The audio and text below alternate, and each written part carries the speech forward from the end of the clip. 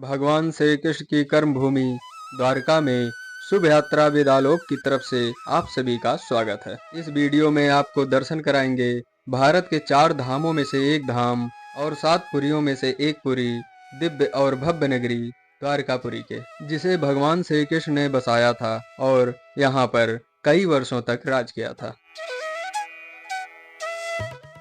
जय श्री राम दोस्तों, स्वागत है आप सभी का आपके अपने YouTube चैनल शुभ यात्रा विदालोक में।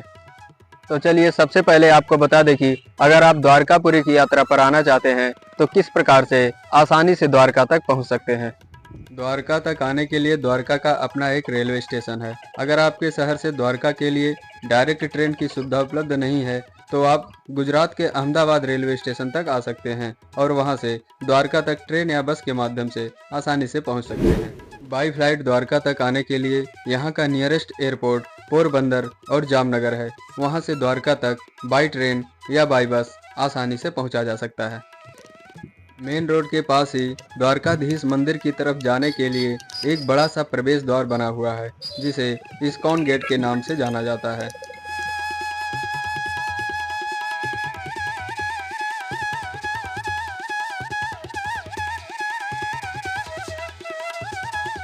इस गेट के अंदर लगभग 600 मीटर की दूरी तय करके हम द्वारकाधीश मंदिर के पास पहुंच चुके हैं। द्वारका 2 भागों में बटा हुआ है, जिसमें से एक है गोमती द्वारका, जो कि गोमती नदी और अरब सागर के तट पर स्थित है। यहाँ पर भगवान श्री कृष्ण का राज दरबार लगता था। और दूसरा है बेट द्वारका, जो कि भगवान श्री कृष्ण का निवास स्थान हुआ करता था। इस समय हम गोमती द्वारका में हैं और बेट द्वारका यहाँ से लगभग 35 किलोमीटर दूर एक टापू पर स्थित है। अब हम चल रहे हैं गोमती घाट। वहां पर स्नान करने के बाद ही हम भगवान द्वारकाधीश के दर्शन करेंगे। आपको बताना चाहूँगा कि जो व्यक्ति द्वारका में आकर गोमती नदी में स्नान नहीं करता, उसकी यात्रा अधूरी मानी जाती है। इसलिए आप जब भी द्वारका आएँ तो गोमती नदी में ही स्नान करके भगवान द्वारकाधीश के दर्शन करने जाएं।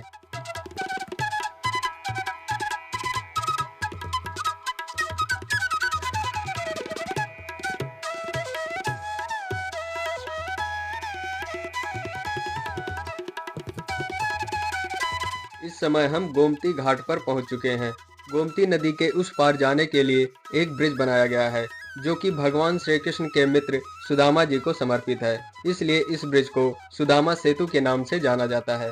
गोमती नदी नेपाल के हिमालय पर्वत से निकलकर मैदानी क्षेत्र में पहुंचती है और उत्तर प्रदेश से होते हुए गुजरात के द्वारका तक पहुंचकर इस स्थान पर अरब सागर में मिल जाती है। इसलिए इस स्थान को गोमती संगम घाट के नाम से जाना जाता है। इस घाट पर गोमती नदी का संगम होने के कारण यहाँ पर पानी की तेज लहरें चलती रहती हैं। इसलिए अपनी और अपने परिवार की सुरक्षा को ध्यान में रखते हुए घाट के किनारे पर ही स्नान करें। द्वारका में गोमती नदी के तट पर ऊंट की सवारी करना यहाँ की जाने वाली सबसे प्रसिद्ध चीजों में से एक है। तो अगर आप चाहें तो ऊंट की सवारी करने का भी आनंद ले सकते हैं। यहाँ के स्थानीय लोगों से पता चला कि सुदामा सेतु को काफी समय से बंद कर दिया गया है और बारिश का मौसम होने की वजह से यहाँ पर बोटिंग वगैरह की सभी सेवाएं बंद थीं, जिस वजह से मैं जा तो नहीं पाया। लेकिन आपकी जानकारी के लिए बता दें कि गोमती नदी के उस पार 5 पांडव कुआं और लक्ष्मी नारायण मंदिर स्थित है।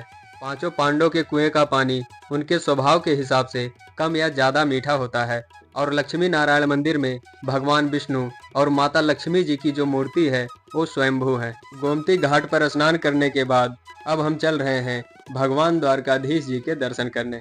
द्वारकाधीश मंदिर में मोबाइल या सामान ले जाने की अनुमति नहीं है, इसलिए आप अपने सामान को मंदिर के बाहर बने लॉकर में या फिर आप जिस दुकान से प्रसाद खरीदें वहीं पर अपने सामान को रख सकते हैं। द्वारकाधीश मंदिर में 2 प्रवेश द्वार हैं। पहला मोक्ष द्वार, ये मंदिर का मुख्य प्रवेश द्वार है, और दूसरा जो कि आपको सामने दिखाई दे रहा है, इसे स्वर्ग द्वार कहा जाता है। इस द्वार तक पहुंचने के लिए 56 सीढ़ियां चढ़ करके जाना पड़ता है। द्वारकाधीश मंदिर की ध्वजा की लंबाई 52 गज है। इस ध्वजा की लंबाई 52 गज ही क्यों है, पहले इसको स्पष्ट कर देते हैं। यहाँ के पुजारियों का कहना है कि 12 राशियों, 27 नक्षत्र, 10 दिशाएं, 1 सूर्य, 1 चंद्रमा और स्वयं भगवान द्वारकाधीश, इन सब को मिलाकर 52 की संख्या पूरी होती है, जो कि ध्वजा की लंबाई है, और इस ध्वजा को दिन में 5 बार बदला जाता है। द्वारकाधीश मंदिर में दर्शन का समय सुबह 6 बजे से दोपहर 1 बजे तक और शाम के 5 बजे से रात के 9:30 बजे तक रहता है। द्वारकाधीश मंदिर में दर्शन करने के बाद अब हम चल रहे हैं यहाँ से लगभग 2 किलोमीटर की दूरी पर स्थित रुक्मिणी देवी मंदिर के दर्शन करने। अभी हम आ चुके हैं रुक्मिणी देवी मंदिर। द्वारकाधीश मंदिर के दर्शन करने के बाद रुक्मिणी देवी मंदिर के दर्शन करने पर ही भगवान द्वारकाधीश का दर्शन पूरा होता है। रुक्मिणी देवी मंदिर सुबह 6 बजे से रात के 9:30 बजे तक खुला रहता है। पौराणिक कथाओं के अनुसार भगवान श्री कृष्ण दुर्वासा ऋषि को अपना कुलगुरु मानते थे। जब श्री कृष्ण और रुक्मिणी माता का विवाह हुआ तो वे आशीर्वाद लेने के लिए दुर्वासा ऋषि के आश्रम में पधारे। भगवान श्री कृष्ण ने ऋषि दुर्वासा को महल आने का निमंत्रण दिया, जिसे दुर्वासा ऋषि ने स्वीकार तो किया, लेकिन एक शर्त पर। ऋषि दुर्वासा ने कहा कि आप दोनों जिस रथ से आए हैं उस रथ के घोड़ों को खुला छोड़ दीजिए और दोनों स्वयं रथ को खींचकर मुझे द्वारका तक ले चलें। तब भगवान श्री कृष्ण और माता रुक्मिणी ने दुर्वासा ऋषि के शर्त को स्वीकार करके रथ को खींचने लगे। एक लंबी दूरी तय करने के बाद रुक्मिणी माता को प्यास लग गई। भगवान श्री कृष्ण ने रुक्मिणी माता को धैर्य रखने के लिए कहा और बोले कि कुछ दूर और रथ को खींच लो, इसके बाद महल आ जाएगा। लेकिन माता रुक्मिणी का गला सूखने लगा और वे परेशान होने लगी। तब श्री कृष्ण ने अपने पैर का अंगूठा जमीन पर मारा और वहां से पानी की धार निकल आई, जिससे माता ने अपनी प्यास बुझा ली, लेकिन जल के लिए दुर्वासा ऋषि से नहीं पूछा, जिससे वे क्रोधित हो गए। क्रोध में दुर्वासा ऋषि ने भगवान श्री कृष्ण और माता रुक्मिणी को 2 श्राप दे दिए। पहला श्राप भगवान और माता रुक्मिणी का 12 साल का वियोग होगा और दूसरा श्राप द्वारका की भूमि का पानी खारा हो जाएगा। इस श्राप के कारण आज भी द्वारका में हर जगह का पानी खारा ही रहता है। तब माता रुक्मिणी ने दुर्वासा ऋषि से क्षमा मांगा और इसी स्थान पर 12 वर्ष तक तपस्या किया था, इसलिए यहाँ पर माता रुक्मिणी का मंदिर बनवाया गया है। दुर्वासा ऋषि के श्राप के कारण यहाँ पर जल का दान किया जाता है। ऐसी मान्यता है कि यहाँ प्रसाद के रूप में जल दान करने से भक्तों की 7 पीढ़ियों के तर्पण का पुण्य प्राप्त हो जाता है। मंदिर के गर्भगृह में देवी रुक्मिणी की सुंदर संगमरमर की मूर्ति स्थापित है, जिनके 4 हाथों में शंख, चक्र, गदा और पद्म है। रुक्मिणी देवी मंदिर में दर्शन करने के बाद हम पहुंच चुके हैं द्वारकाधीश मंदिर से लगभग 2 किलोमीटर की दूरी पर स्थित भड़केश्वर महादेव मंदिर। ये मंदिर गुजरात के द्वारका में स्थित 5000 साल पुराना शिव मंदिर है। यह द्वारका के सबसे मनमोहक शिव मंदिरों में से एक है, क्योंकि भड़केश्वर महादेव मंदिर अरब सागर में एक छोटी सी पहाड़ी पर बनाया गया है।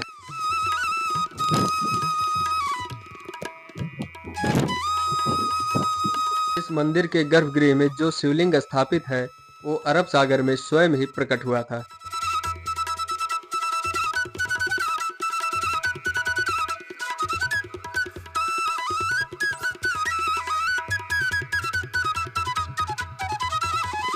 भड़केश्वर महादेव मंदिर सुबह 6 बजे से शाम के 7 बजे तक खुला रहता है, लेकिन मंदिर में जल अभिषेक का समय सुबह 8 बजे से दोपहर 12 बजे तक ही रहता है। मानसून के मौसम में हर साल भड़केश्वर महादेव मंदिर समुद्र में डूब जाता है। ऐसा कहा जाता है कि समुद्र देव खुद भगवान शिव का अभिषेक करने के लिए आते हैं।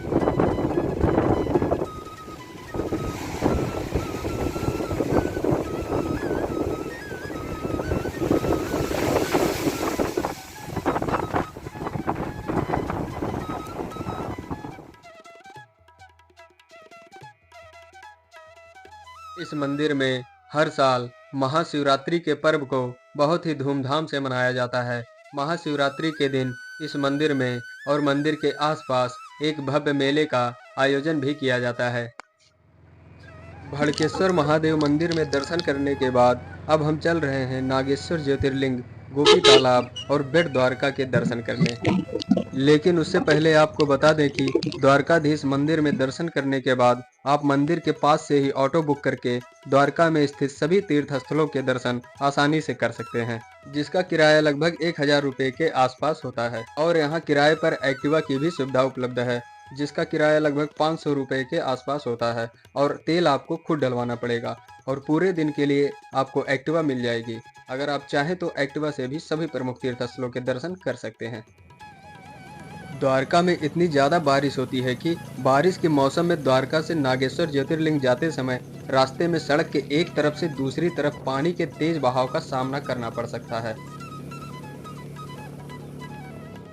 द्वारका से लगभग 16 किलोमीटर की यात्रा तय करके हम पहुंच गए हैं नागेश्वर ज्योतिर्लिंग। नागेश्वर ज्योतिर्लिंग गुजरात राज्य के द्वारका में गोमती द्वारका और बेट द्वारका के बीच में दारुका वन नामक क्षेत्र में स्थित है। ये ज्योतिर्लिंग भगवान शिव के 12 ज्योतिर्लिंगों में से 10वां ज्योतिर्लिंग है।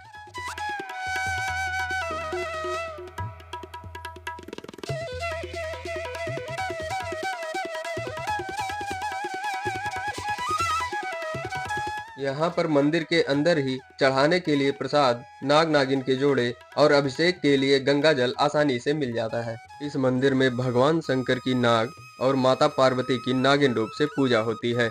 इसलिए नागेश्वर में अपने जीवन की रक्षा के लिए गंगा जल के अभिषेक के साथ नाग नागिन का जोड़ा चढ़ाने का महत्व है। भगवान श्री कृष्ण ने भी यहाँ पर कई बार अभिषेक पूजा किया हुआ है। अब आपको इस बात से अवगत करा दें कि नागेश्वर ज्योतिर्लिंग की स्थापना किस प्रकार से हुई है। पौराणिक कथाओं के अनुसार दारुका नाम की एक राक्षस कन्या थी, जिसे दारुका वन में जाने की अनुमति नहीं थी। दारुका वन में कई प्रकार की दैवीय औषधियां थी, इसीलिए दारुका ने माता पार्वती की कठिन तपस्या करके उन्हें प्रसन्न कर लिया और वरदान के रूप में सद्कर्मों के लिए राक्षसों को दारुका वन में जाने का वरदान मांगा। माता पार्वती राक्षसी दारुका के सद्कर्मों के विचारों से प्रसन्न होकर उन्होंने उसे दारुका वन में जाने का वरदान दे दिया। लेकिन वरदान प्राप्त होते ही दारुका और अन्य राक्षसों ने वन को देवताओं से छीन लिया और वन में पूजा बंद करवा दी। इसी वन में एक सुप्रिया नाम की शिव भक्त थी, जिसे दारुका ने बंदी बना लिया था। तब सुप्रिया ने भगवान शिव की कठोर तपस्या करके उन्हें प्रसन्न करके राक्षसों से खुद को और वन को बचाने तथा राक्षसों के नाश के लिए प्रार्थना की। अपनी परम भक्त सुप्रिया की रक्षा के लिए भगवान शिव दिव्य ज्योति के रूप में प्रकट हुए और राक्षसों का विनाश कर दिया। तब भक्त सुप्रिया ने भगवान शिव से इसी स्थान पर ज्योतिर्लिंग स्वरूप में स्थापित होने का आग्रह किया। तब भगवान शिव अपने भक्त का आग्रह मानकर यहीं पर ज्योतिर्लिंग के रूप में स्थापित हो गए। इस प्रकार नागेश्वर ज्योतिर्लिंग की स्थापना हुई। नागेश्वर मंदिर के परिसर में ही भगवान शिव की लगभग 80 फीट ऊंची प्रतिमा स्थापित की गई है। नागेश्वर मंदिर से 5 किलोमीटर की यात्रा तय करके हम आ गए हैं गोपी तालाब। ऐसा माना जाता है कि इसी स्थान पर भगवान श्री कृष्ण और वृंदावन की गोपियों ने आखिरी बार रास रचाया था।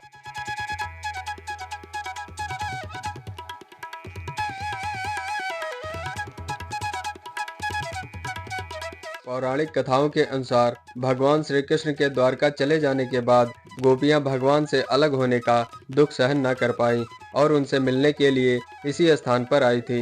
यहाँ पर भगवान श्री कृष्ण से मिलने के बाद गोपियों ने इसी तालाब में अपने प्राण त्याग दिए।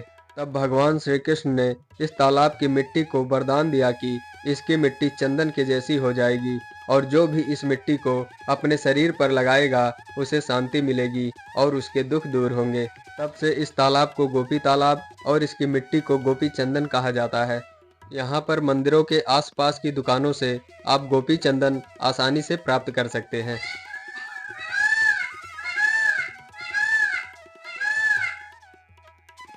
गोपी तालाब के किनारे पर ही गोपीनाथ मंदिर स्थित है। वैसे तो इस तालाब के किनारे कई मंदिर बने हैं और सभी मंदिरों के पुजारी मंदिर के असली और प्राचीन होने का दावा करते हैं, लेकिन हम जिस मंदिर में चल रहे हैं यही असली और प्राचीन गोपीनाथ मंदिर है। अगर आप चाहें तो यहाँ उपस्थित अन्य मंदिरों के भी दर्शन कर सकते हैं।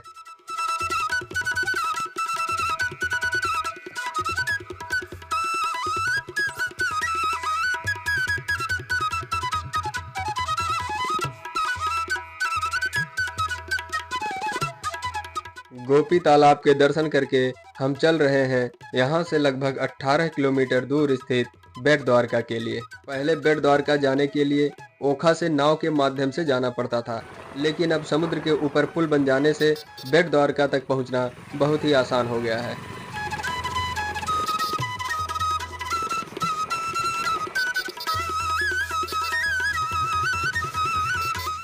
अभी हम पुल पर पहुंच चुके हैं। आपकी जानकारी के लिए बताना चाहूँगा कि इस पुल को सुदर्शन सेतु के नाम से जाना जाता है। समुद्र के ऊपर बना लगभग 2.5 किलोमीटर लंबा सुदर्शन सेतु ओखा को बेट द्वारका से जोड़ता है।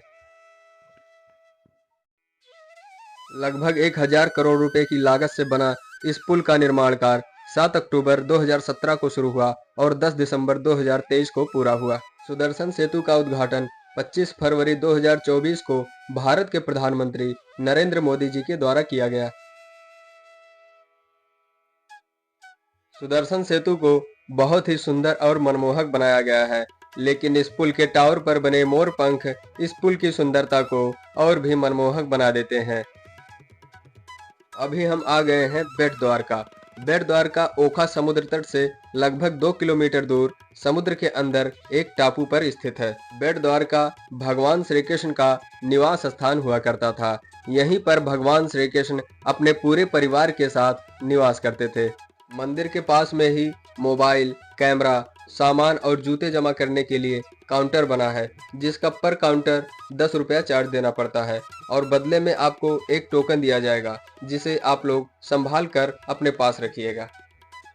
सामने जो द्वार दिखाई पड़ रहा है वो द्वारकाधीश मंदिर का मुख्य प्रवेश द्वार है। इसके आगे मोबाइल या कैमरा ले जाने की अनुमति नहीं है। आपकी जानकारी के लिए बता दें कि इस मंदिर में दर्शन का समय सुबह 9 बजे से 12 बजे तक और दोपहर के 3 बजे से शाम के 6 बजे तक रहता है। इस मंदिर में दर्शन करने के लिए आप थोड़ा सा चावल लेकर अवश्य जाएं। इस मंदिर के गर्भगृह में स्थापित भगवान श्री कृष्ण के विग्रह को माता रुक्मिणी ने अपने हाथों से बनाया था।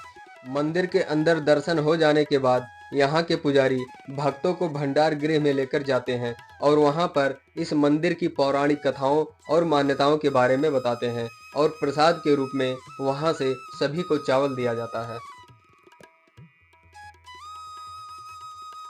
यहाँ से थोड़ी दूरी पर मकरध्वज मंदिर स्थित है, जिसमें हनुमान जी और उनके पुत्र मकरध्वज एक साथ विराजमान हैं।